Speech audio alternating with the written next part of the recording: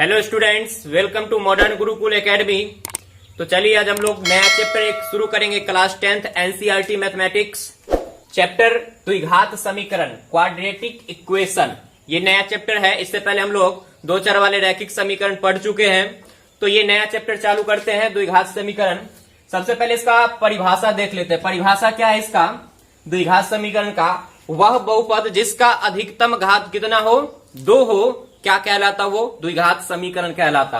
वही यहाँ पे लिखा गया कि वह बहुपद जिसका अधिकतम घात 2 हो द्विघात समीकरण कहलाता। इसका मानक रूप है, स्टैंडर्ड फॉर्म जो होता है वो क्या होता है? ax² plus bx plus c बराबर 0, जहां a does not equal to 0। ये इसका मतलब ये हुआ कि अगर a ही 0 हो जाएगा तो ये x² वाला टर्म ही खत्म हो जाएगा, तो ये द्विघात समीकरण नहीं कहलाएगा।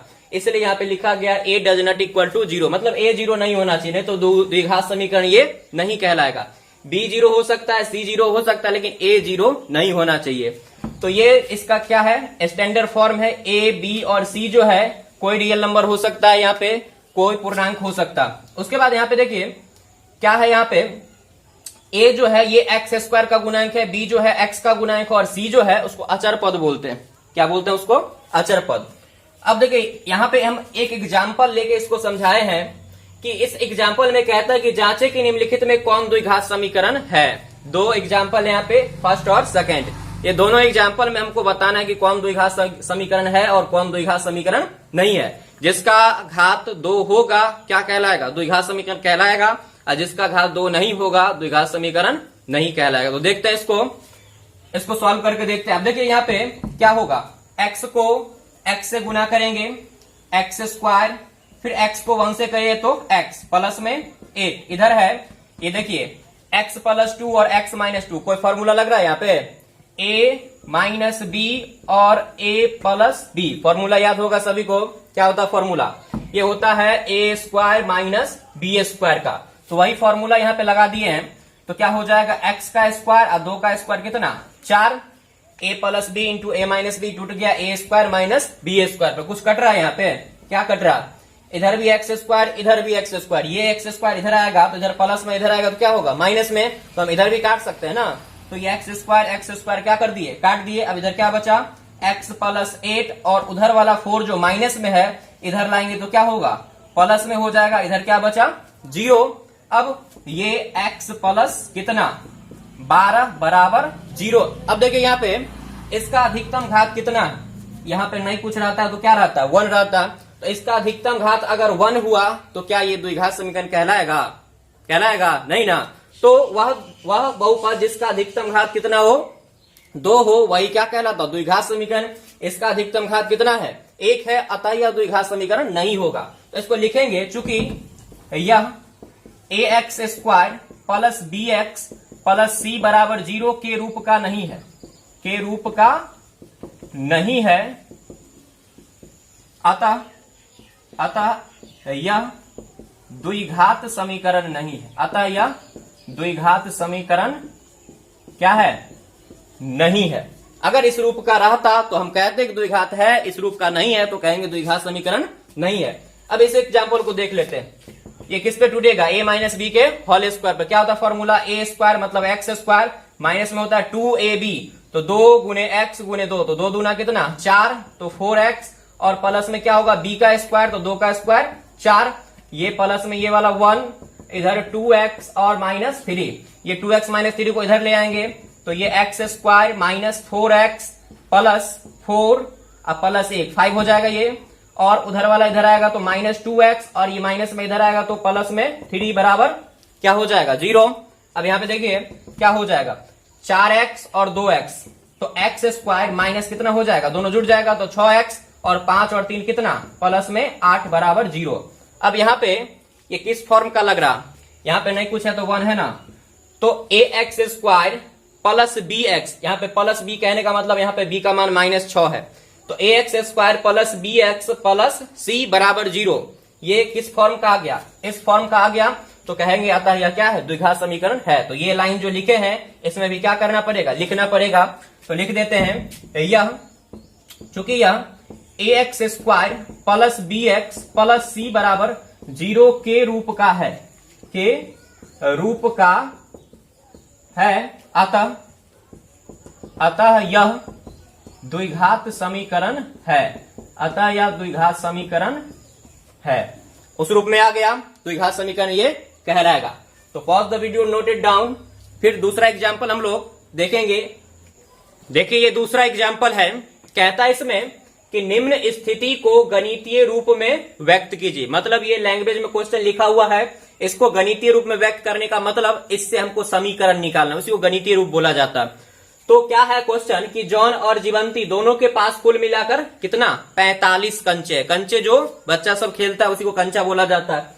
जॉन और जीवंती दोनों के पास कितना है 45 कंचे हैं।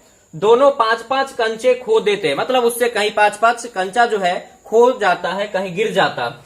अब उसके पास कंचों की संख्या का जो गुणनफल है वो कितना है 124। मतलब 5-5 खोने के बाद जो बचा हुआ उसका जो गुणनफल है वो 124 है। हम जानना चाहेंगे कि आरंभ में उनके पास कितने कंचे थे, शुरुआत में उनके पास कितना कंचा था।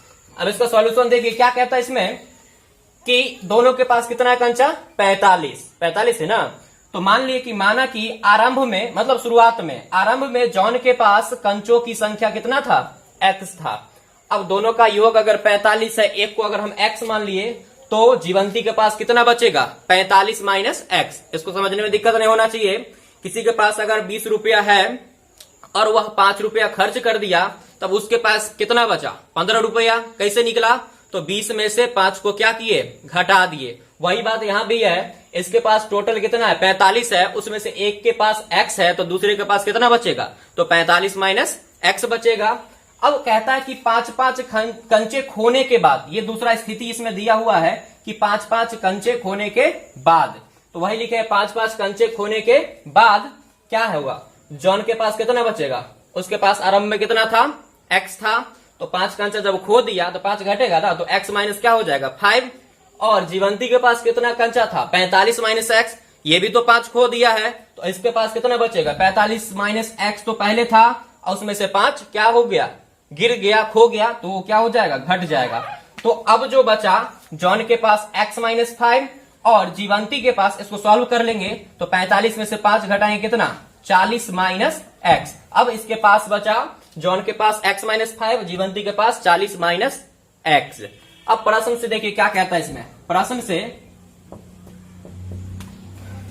अब जो उसके पास बचा हुआ, यहाँ पे लाइन देखिए, अब जो उसके पास बचा हुआ है संख्या, उसका जो गुणनफल है वो कितना है 124 है। कितना है 124। तो क्या हो जाएगा, इसके पास कितना बचा हुआ है x माइनस 5 और इसके पास कितना बचा हुआ है 40 माइनस x, और ये दोनों का क्या हो गया गुणनफल, मतलब गुना। ये कितना के बराबर सवाल से दिया हुआ 124 के बराबर दिया हुआ। यहाँ पे कहता है ना कि दोनों का जो गुणनफल, अब जो बचा हुआ उसका जो गुणनफल है वो 124। इसको गुना कर लेंगे, x को 40 से करेंगे 40x, फिर x को किससे, x को इस x से करेंगे तो माइनस x स्क्वायर, फिर 5 को 40 से करेंगे तो प्लस माइनस माइनस 40 बचे कितना 200। ये -5 और -x, माइनस माइनस गुना होकर प्लस कितना हो जाएगा ये 5x, और इधर बराबर में 124। इसको सॉल्व कर लेंगे, क्या है ये माइनस में x स्क्वायर 40x और 5x कितना 45x, और ये माइनस में 200 और 124 को इधर ले आएंगे तो माइनस में 124 बराबर क्या हो गया 0। तो इसको लिख सकते हैं हम लोग x स्क्वायर प्लस 45x और देखिए 124 और 200 दोनों निगेटिव है, दोनों जुड़ जाएगा तो ये हो जाएगा 324 बराबर 0। चाहेंगे तो इसमें माइनस कॉमन भी ले सकते हैं, तो -1 अगर कॉमन ले लिए तो क्या हो जाएगा, ये माइनस में था तो प्लस में हो जाएगा, माइनस कॉमन ले लेते हैं तो ये हो जाएगा x स्क्वायर, ये प्लस में था तो -45x, ये माइनस में था तो प्लस में 324 बराबर 0। ये माइनस को उधर भाग में ले जाएंगे तो 0 बटा -1 कुछ नहीं होगा, खत्म हो जाएगा। तो ये बचा हमारा, इधर लिख देते हैं, ये क्या बच गया, माइनस को हम उधर ले गए, खत्म हो गया। तो यहां बचा हमारा x स्क्वायर -45x और प्लस में 324 बराबर 0। यही हमारा क्या हो गया समीकरण। इसी को क्या बोला जाता है, गणितीय रूप। तो pause the video, note it down. Exercise 4.1 को, इसमें भी वही क्वेश्चन है जो एग्जाम्पल में बताए थे। कहता है कि जांच कीजिए कि क्या निम्न द्विघात समीकरण है कि नहीं। मतलब इसमें टोटल 8 क्वेश्चन है, इसको जांचना है कि ये द्विघात समीकरण है कि नहीं। तो द्विघात समीकरण कौन होता है? जिसका standard form ax² plus bx plus c के रूप का अगर आ गया तो द्विघात समीकरण कहलाएगा, अगर नहीं आया तो द्विघात समीकरण नहीं कहलाएगा। मतलब उसका अधिकतम घात कितना होना चाहिए? 2 होना चाहिए। अगर 2 है तो द्विघात होगा, 2 नहीं है तो द्विघात नहीं होगा। तो टोटल 8 क्वेश्चन है ये। इसमें से कुछ क्वेश्चन हम बताएंगे और जो बचेगा उसको खुद बनाना है। हम कुछ ही क्वेश्चन इसमें से बताएंगे। जैसे पहला एक बता देते हैं। तो पहला क्वेश्चन क्या है इसमें कि x प्लस 1 का स्क्वायर और ये है 2 इंटू एक्स माइनस 3, यही है ना। तो क्या हो जाएगा, ये इसको होल स्क्वायर तोड़ेंगे, a प्लस बी का होल स्क्वायर क्या होता है a स्क्वायर तो X square plus B square तो 1 का स्क्वायर 1 प्लस में क्या होता है 2ab तो 2 गुने a गुने b तो कितना होगा ये 2x हो जाएगा। इधर क्या है 2 को x से गुना किए तो 2x और 3 दूना कितना -6, यही ना। अब यहाँ पे इधर भी 2x है, इधर भी 2x है, दोनों तरफ प्लस में है तो कट जाएगा बराबर के। इधर और उधर अगर चिन्ह बराबर है तभी कटता। तो 2x से 2x क्या हो गया, कट गया।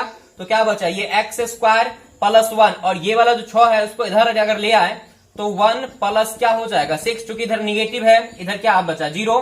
तो एक्स स्क्वायर प्लस 6 कितना 7 बराबर 0। क्या ये द्विघात समीकरण नहीं है? इसमें x वाला तो नहीं है, फिर भी ये क्या कहलाएगा द्विघात समीकरण कहलाएगा। कैसे? इसको हम ऐसे भी तो लिख सकते हैं ना कि x square plus 0x plus में 7 बराबर 0। अब देखिए यहाँ पे 0x लिखने से कोई फर्क तो पड़ेगा नहीं, लेकिन ये उस फॉर्म में आ गया। किस फॉर्म में? ax square plus bx plus c बराबर 0। तो अतः यह क्या कहलाएगा द्विघात समीकरण कहलाएगा। अगर ये चीज हम नहीं भी लिखते हैं, यहां तक भी छोड़ देते हैं, तब भी हमारा आंसर गलत नहीं होगा। अगर ये लाइन बढ़ा भी लिए तब भी गलत नहीं होगा। तो लिखेंगे चूंकि यह ax square plus bx plus c के रूप का है बराबर 0 के रूप का है,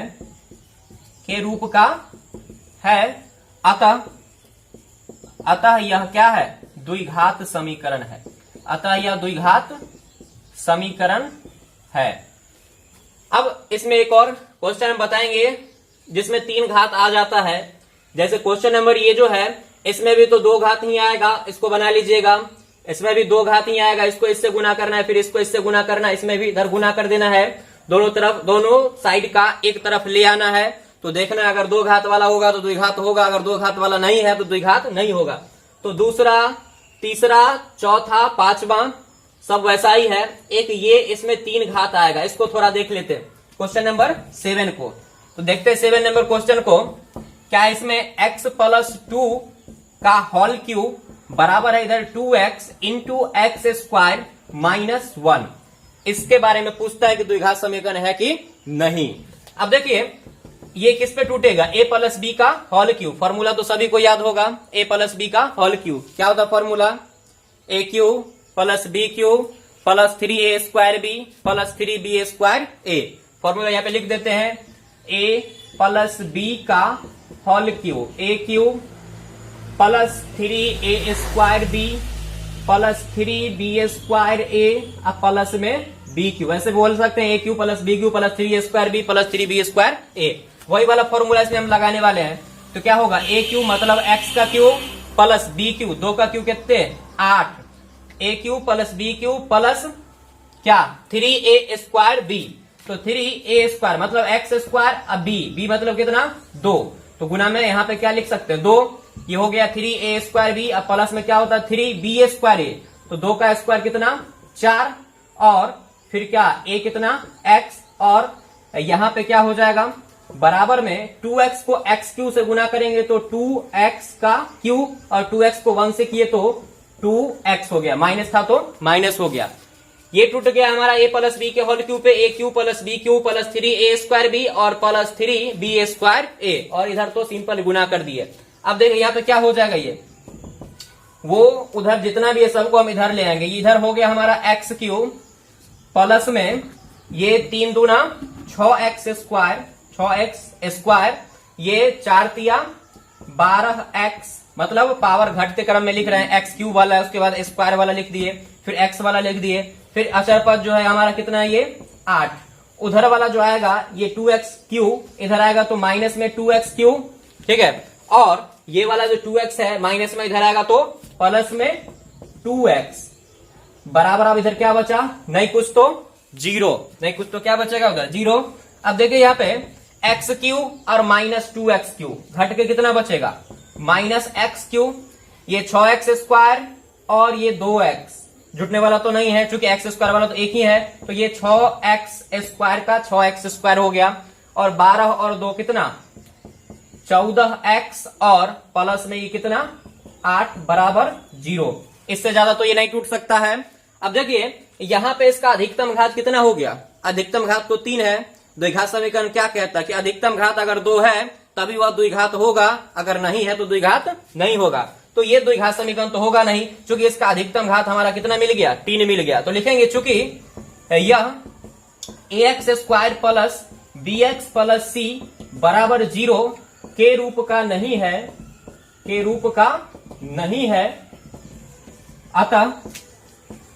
अतः यह द्विघात समीकरण नहीं है। द्विघात समीकरण ये नहीं हुआ, अगर आ जाता तो हो जाता। ये भी कितना है, 3 पावर का, इसको भी सॉल्व कर लेना। इधर a माइनस बी का whole cube, a minus B का होल क्यू का क्या फॉर्मूला होता है, सेम फॉर्मूला होता है, केवल AQ माइनस 3a² भी होता है, यहाँ पे BQ भी क्या हो जाएगा, माइनस में होगा। मतलब AQ minus BQ minus 3a² b और प्लस 3b²a, वो माइनस वाला फॉर्मूला वो हो जाएगा। तो यहाँ पे हम लोग प्लस वाला लिखे हुए थे तो प्लस वाला कर देता है, इसको भी प्लस कर देता है, इसको भी क्या कर दिए, प्लस कर दिए। तो माइनस वाला फॉर्मूला लगा के इसको तोड़ देना है और दोनों तरफ एक तरफ ले आना है, दोनों तरफ वाला को, और उसके बाद देखना है अगर 3 घात होगा तो नहीं होगा, अगर 2 घात वाला होगा तो वो भी क्या होगा, द्विघात समीकरण होगा। तो पॉज करके इसको नोट कर लीजिए। तो को देखते हैं, जैसा हम एग्जाम्पल नंबर 2 बताए थे सेम वैसा ही क्वेश्चन है। इसमें भी वही बात कहता है कि निम्न स्थितियों को द्विघात समीकरण के रूप में लिखे। मतलब ये स्थिति लैंग्वेज में दिया हुआ है, इसको समीकरण में हमको क्या करना है, केवल बदलना है। हमको लंबाई चौड़ाई इसमें ज्ञात नहीं करना, केवल हमको समीकरण ज्ञात करना। तो देखो क्वेश्चन क्या है, यहाँ पे कहता है कि एक आयताकार भूखंड का जो क्षेत्रफल है वो क्या है, 528 मीटर स्क्वायर। क्षेत्र की लंबाई मीटरों में, मतलब लंबाई जो है मीटर में है, क्षेत्र की लंबाई जो है चौड़ाई के 2 गुने से 1 अधिक है। मतलब उसका जो लंबाई है उसकी चौड़ाई के 2 गुने से अधिक है। आयत है तो लंबाई होगा और क्या होगा, चौड़ाई होगा। तो कहता है कि हमें भूखंड की लंबाई और चौड़ाई ज्ञात करनी है। ऐसा हमको समीकरण बना के दीजिए जिससे हमको उसका लंबाई और चौड़ाई दोनों क्या हो जाए, ज्ञात हो जाए। तो हम लिखे यहाँ पे, माना कि भूखंड की लंबाई x, माना कि भूखंड की चौड़ाई, क्योंकि इसमें क्या कहता है कि इसका जो लंबाई है, इसका जो लंबाई है उसके चौड़ाई के 2 गुने से 1 अधिक है। तो पहले क्या मानना होगा, चौड़ाई मानना होगा, तभी जाके लंबाई निकलेगा। क्योंकि कह रहा है इसमें कि लंबाई जो है चौड़ाई के 2 गुने से 1 अधिक है, मतलब हमको चौड़ाई मानना पड़ेगा पहले। तो वही किया यहाँ पे, मान लिए माना कि भूखंड की चौड़ाई बराबर x मीटर। चौड़ाई अगर x हो गया तो लंबाई कितना होगा, तो 2 गुने से 1 अधिक, मतलब 2 गुना मतलब 2x, x था चौड़ाई तो उसमें 2 से गुना करी तो 2 गुना हो गया, उससे 1 अधिक मतलब प्लस में क्या हो गया, 1 हो गया। तो ये इसका क्या हो गया, लंबाई, और इसका चौड़ाई। तो कहता है कि अब इसका क्षेत्रफल हमको ज्ञात करना है, उसका लंबाई और चौड़ाई ज्ञात करनी है। तो प्रश्न से हमको यहाँ पे क्या दिया हुआ, प्रश्न से दिया हुआ है कि इसका जो क्षेत्रफल है वो 528 मीटर स्क्वायर है। अच्छा, आयत का क्षेत्रफल कितना होता, लंबाई गुने चौड़ाई होता है। तो लंबाई इसका कितना लिखेंगे, चूंकि आयत का क्षेत्रफल जो दिया हुआ वो हमको कितना दिया हुआ है, 528 मीटर स्क्वायर। तो आयत का क्षेत्रफल होता है लंबाई और गुना में चौड़ाई बराबर कितना, 528। लंबाई इसका कितना है, x है, तो लंबाई x और चौड़ाई कितना है, 2x प्लस 1 बराबर 528। तो ये हमारा हो गया, इसको गुना कर लेंगे तो 2x स्क्वायर प्लस x बराबर कितना, 528। ये 528 को इधर ले आओ तो 2x स्क्वायर प्लस x, और उधर ये 528 प्लस में इधर आएगा तो क्या हो जाएगा, माइनस में, तो माइनस 528 बराबर इधर क्या हो गया, 0। यही हमारा इसका क्या निकल गया, समीकरण निकल गया। केवल हमको समीकरण ही ज्ञात करना है। इसका हल अभी अगले एक्सरसाइज में देखेंगे, हल इसमें नहीं करना है, इसमें केवल समीकरण हमको ज्ञात करना है।